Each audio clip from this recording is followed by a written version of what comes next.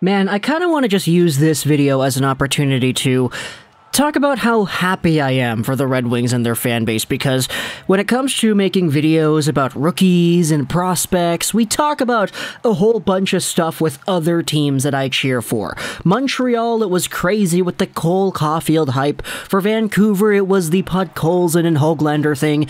Anytime these guys did anything, it was a big deal, and so making videos about them throughout the season was kind of an honor of mine.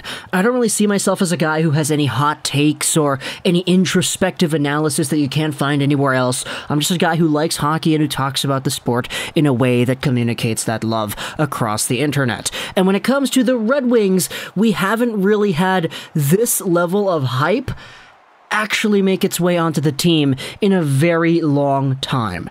Today we're talking about the two guys once again, and if you want to go over what happened in yesterday's game for the Blackhawks versus the Red Wings, I think this comment over here from Smonty on the post-game thread on the Red Wings subreddit kind of explains the entire sentiment over here. I came for Seider, but I stayed for Raymond. This duo right here has been giving us so much to cheer about that all of a sudden, I'm starting to have my doubts in my mind that Seider is going to definitively be the Rookie of the Year for Detroit.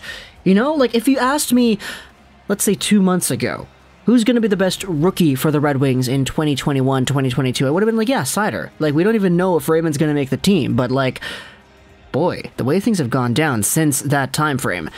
I think Lucas Raymond has started to elevate his status to a point where those Calder odds that we saw from Oddshark, yeah, I think they're starting to become more and more of a possibility, especially with Jakub Vrana missing time.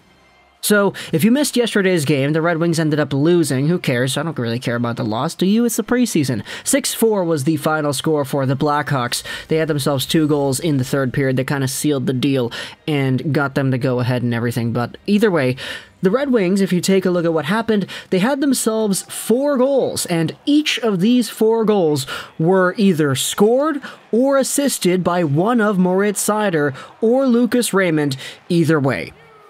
The first goal by the Wings was on the power play in the second period. It was Bobby Ryan. Guess what? It's a pretty interesting setup because instead of having Raymond on the right side as we had been in previous games, we had Raymond actually scoot over to the left side.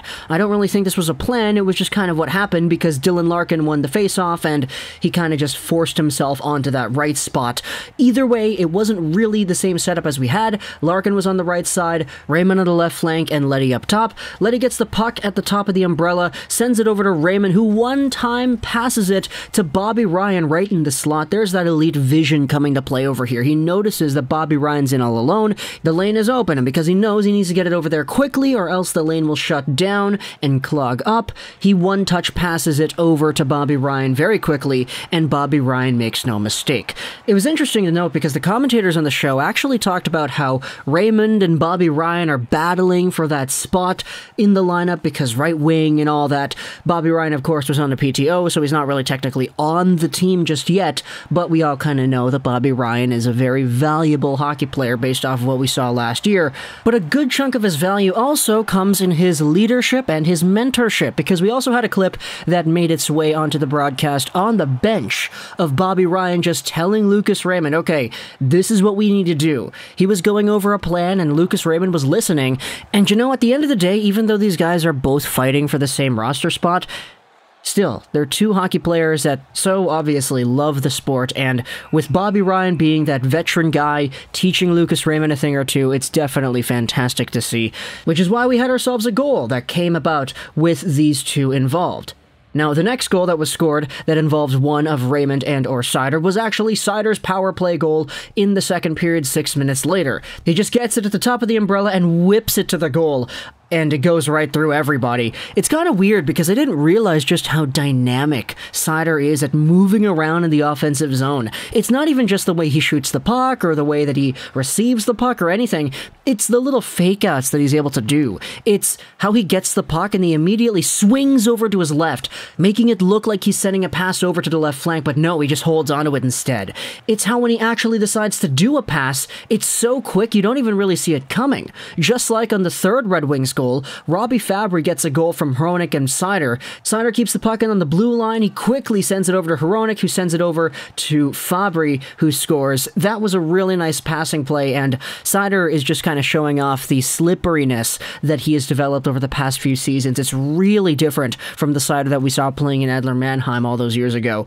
You really love to see the development over there. And then we had ourselves Lucas Raymond at the start of the third period. Dylan Larkin on the left flank this time sends one over to an open Lucas Raymond on the right side. Guess what? He grips it, he rips it, and he snipes one past Marc-Andre Fleury. So these two guys, Seider and Raymond, have acted as primary offensive catalysts for the entire showcase of goals that we saw last night for the Red Wings against the Chicago Blackhawks. So Lucas Raymond playing with Larkin and Zadina has been really good, and it's now to the point where it's like, yeah, I don't really know if it would be appropriate to not have him playing with these two guys once the regular season begins.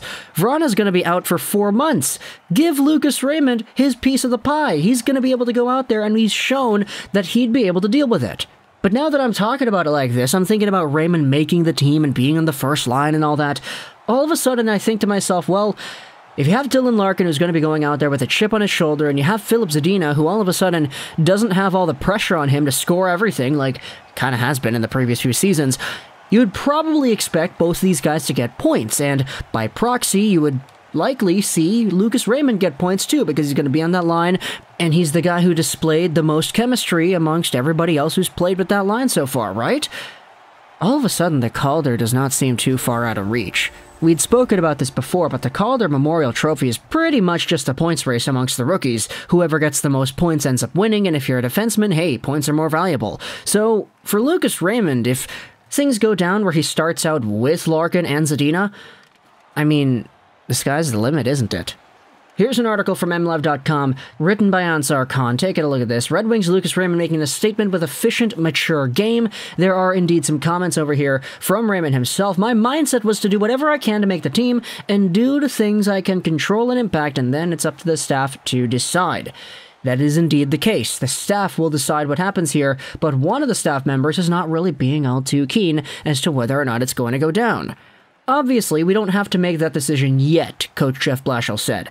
He's played good in the games he's played so far, and that's all he can do. Take the challenges he has ahead of him and do a good job. He's got a mature game for a young guy, and he's obviously got talent. Let's keep evaluating. Raymond says over here, it feels like I'm starting to get into my rhythm, and I'm feeling good out there. It feels like I'm getting the pace.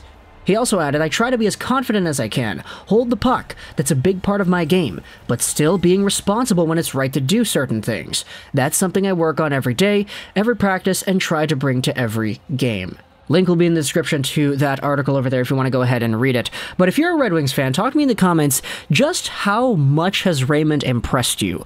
I've been reading all the other comments every time we post a video talking about Red Wings guys, and I've been seeing honestly a little bit of a dichotomy. There's a lot of guys who go out there in the comments and say, oh, you know, when Raymond was drafted 4th, I wasn't really expecting him to be that good that quickly. I kind of questioned the pick. There were other guys saying, yeah, you know, I saw Raymond and I saw how good he was in Frölunda, and even though he didn't really score all too much, he still had this dynamism to his game that really allowed him to control the pace. And now we're seeing that with the Wings playing with Larkin and Zadina in the best way possible. Also, when it comes to Moritz Seider, are you as surprised as I am to see just how fluidly this guy moves across the ice? Like, I know his development curve has been really good from Grand Rapids over to Regla in the SHL, but I'm just kind of surprised how agile he looks, especially for a big guy. This guy moves at the top of the power play umbrella like he's one of those Quinn Hughes, Cale Makar kind of guys who's really small. Like he's got that elusive, faking out the puck kind of mentality that so many of these top defenders have, that for Seider, if you want to tell me that this guy mans a power play unit and he gets, like, I don't know, a point every 2 games, he gets 41 points on the year, like, I would not have a difficult time believing it. So, Red Wings fans, I'm so happy to be talking about things like this now, because for Caulfield and for Podkolzin and for Pettersson and Hughes and all that stuff, all the other teams that I cheer for, having rookies make the organizations and be impact players, it's so great to be able to share that kind of sentimentality towards the Red Wings. So if you're a fan of the Wings, talk to me in the comments. What do you think about Seider and Raymond? I hope you enjoyed this Trolls 99, and bye.